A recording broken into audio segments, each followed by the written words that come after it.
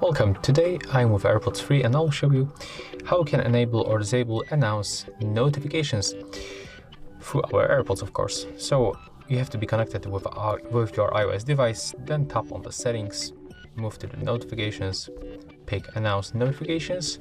Of course, as default in most cases is turn it on, but if in your case this feature is disabled, just tap here once and highlight on the green color and then focus on the headphones. So of course we have to turn it on to enable announce notifications through our AirPods. And that's all. Right here we can also pick the exact application. So we can, for example, enable notifications from mail. And that's all. If you will find this video helpful, remember to leave a like, comment and subscribe.